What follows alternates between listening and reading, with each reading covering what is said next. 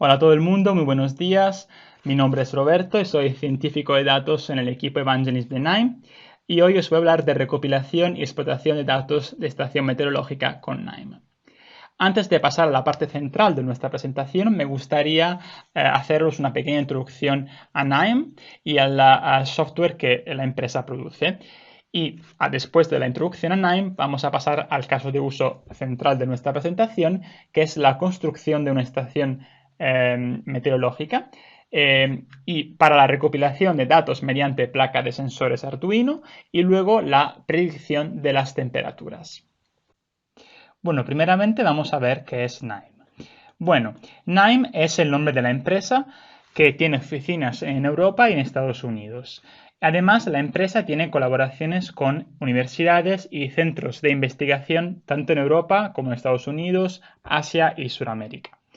Además, allá donde no tengamos unas oficinas físicas, tenemos una red global de empresas asociadas que nos ayuden a, digamos, estar en contacto tanto con los usuarios como con los potenciales clientes de la empresa.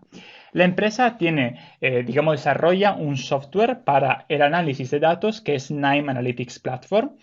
Esta plataforma es una plataforma de código abierto y gratuita. De hecho, podéis ir a la página de NIME y descargarosla libremente. Y es una plataforma que tiene un enfoque sin código o de bajo código y sirve para recopilar, manipular, modelar y visualizar datos.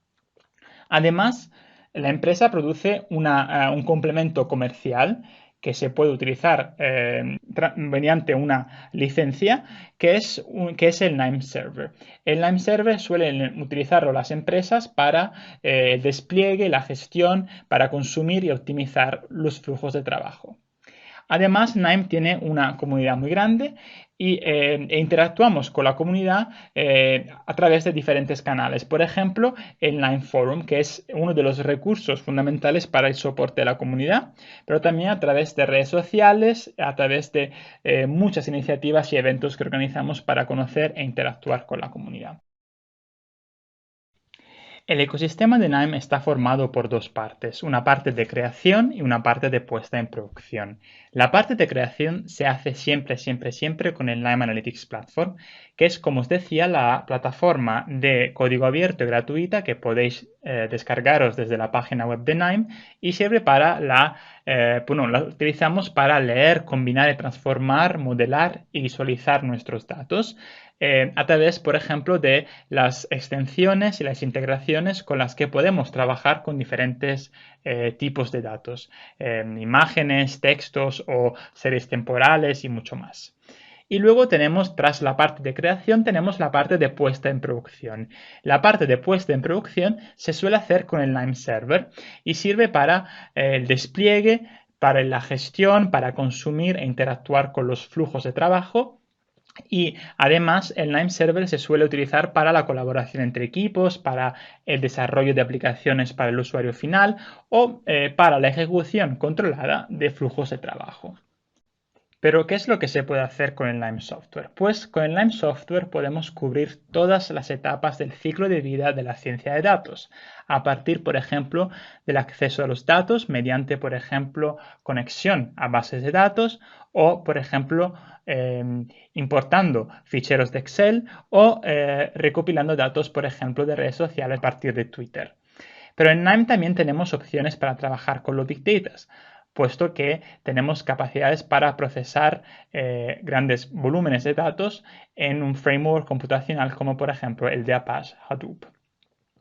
Una vez hayamos importado nuestros datos, lo que suele seguir es su transformación. Y en NIME tenemos muchos nodos, que son esos pequeños elementos que veis aquí en la diapositiva, para el procesamiento y la manipulación de datos. Tras el procesamiento de datos, lo que suele seguir es el análisis mediante, por ejemplo, algoritmos de machine learning o de aprendizaje automático. Es decir, en este caso, por ejemplo, tenemos un Decision Tree Learner se usa para el entrenamiento del algoritmo y luego un Decision Tree Predictor que se usa para aplicar el algoritmo que hemos entrenado, el modelo que hemos entrenado a nuevos datos del tested. Y luego podemos evaluar la performance de nuestro modelo, por ejemplo, a través de un Scorer Node. Los nodos azules, en cambio, nos sirven para la visualización de nuestros resultados y estos nodos están basados en JavaScript. Y por último tenemos la opción de despliegue y, por ejemplo, podemos hacer ese despliegue guardando nuestro modelo en formato PMML o guardando nuestros datos en un fichero Excel o guardándolos en una tabla de una base de datos. Pero Nime no solamente mira hacia adentro, sino que al ser un ecosistema abierto, quiere integrar y combinar fuentes de datos distintas, tecnologías diferentes y computaciones que van naciendo y creándose alrededor de la plataforma.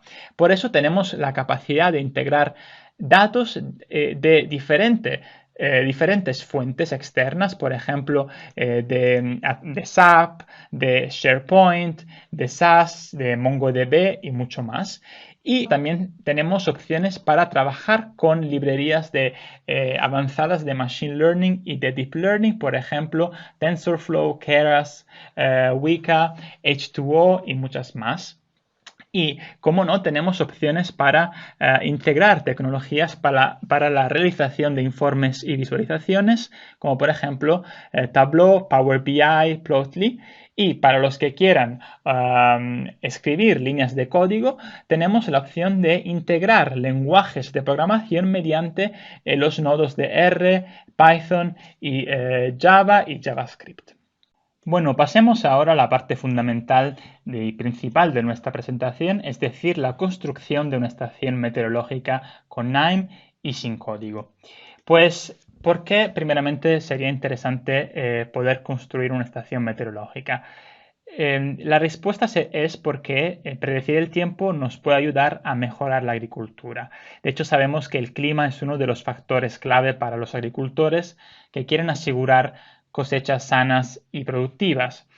Además, las condiciones climáticas pues, afectan tanto los cultivos como a las decisiones que los agricultores toman para maximizar la calidad y rendimiento de las cosechas.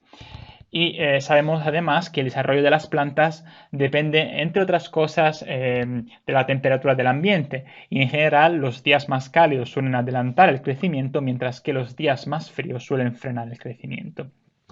Con lo cual, predecir el tiempo y las temperaturas a largo y corto plazo resulta ser fundamental para planificar, digamos, de antemano el momento de la cosecha y de la plantación de las plantas, de las semillas.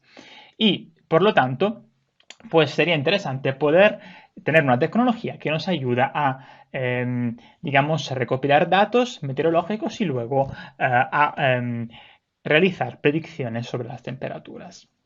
Y bueno, pues en la primera parte vamos a hablar de recopilación de datos mediante placa de sensores.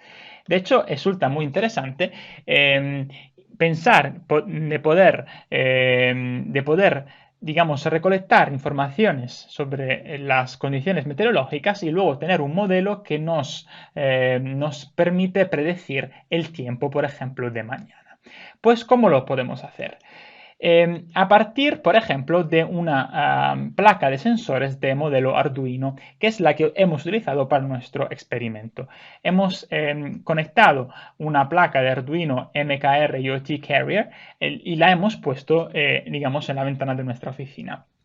A la placa de sensores que veis en la diapositiva hemos añadido un módulo externo, es decir, un módulo adicional para posibilitar la conexión Wi-Fi. Pues una vez que la placa de sensores esté recopilando los datos, esos datos meteorológicos se transfieren a una estación meteorológica mediante servicio web. Es decir, hemos creado un flujo de trabajo que está localizado en el Nime Server, que recibe los datos meteorológicos transmitidos por la placa de sensores y los almacena en una base de datos, en este caso una base de datos de Snowflake. Además, el servicio web devuelve un mensaje a la placa de sensores para informar si la transmisión ha tenido éxito o ha fracasado. Vamos a ver un poco más en detalle cómo hemos, digamos, programado la placa de sensores para la transmisión de datos a la estación meteorológica que está localizada en el Nime Server.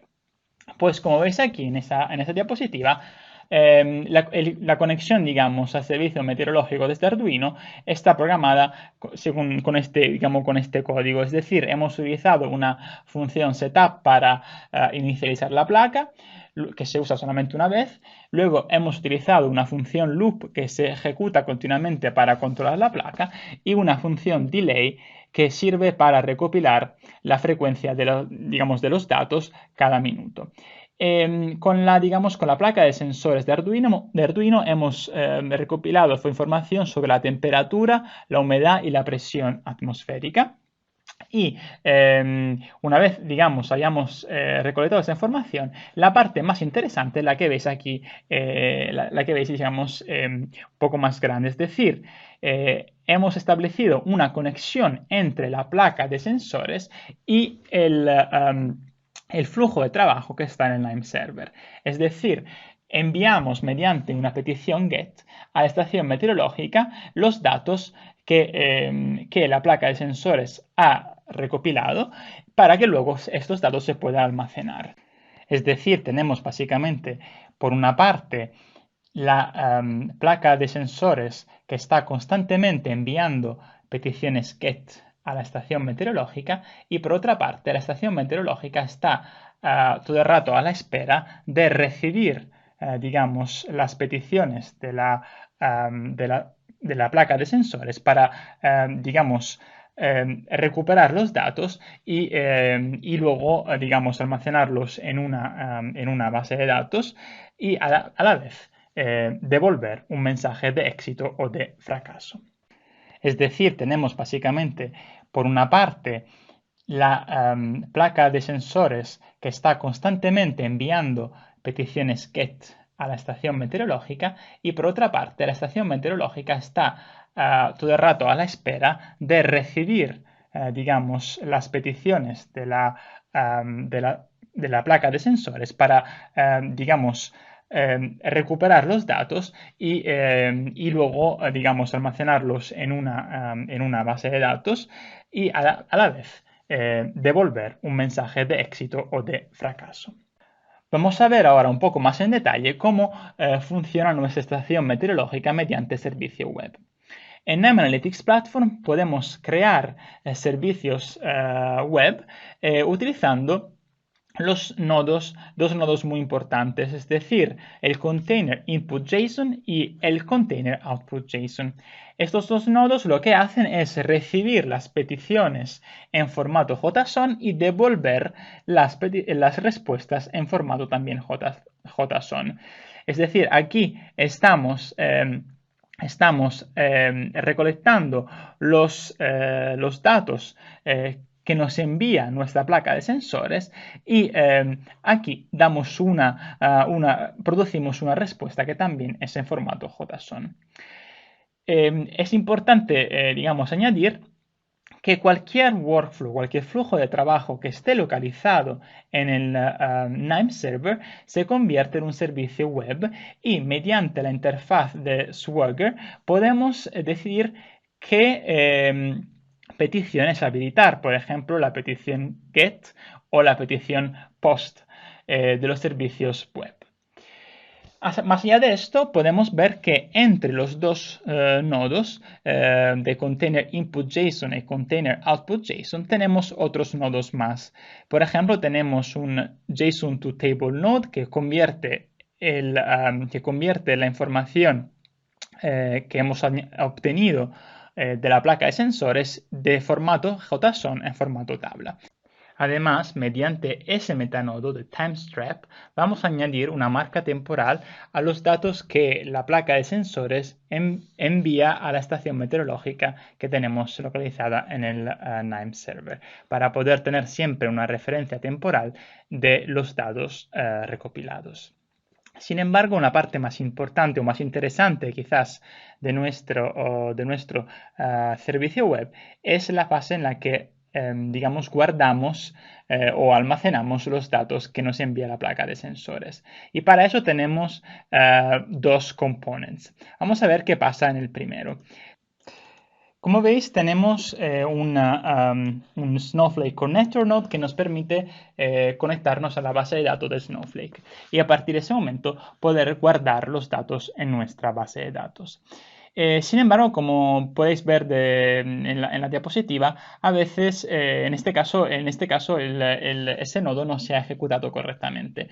Es decir, a veces guardar datos en base de datos puede ser problemático, por ejemplo, porque no tenemos las credenciales correctas, adecuadas para acceder a la base de datos y para poder almacenar nuestros datos meteorológicos. Pues para poder,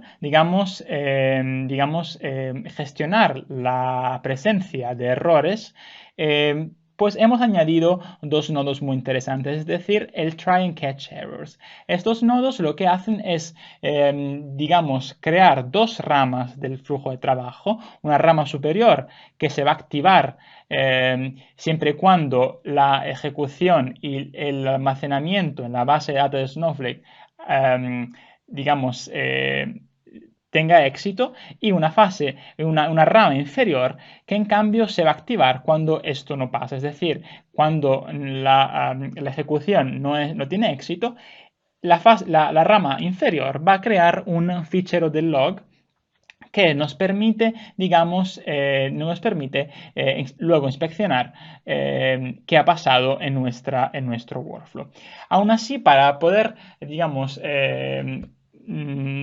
continuar utilizando nuestro servicio web, hemos creado una opción, un plan B, donde guardamos los datos meteorológicos también en un fichero de Google Sheet.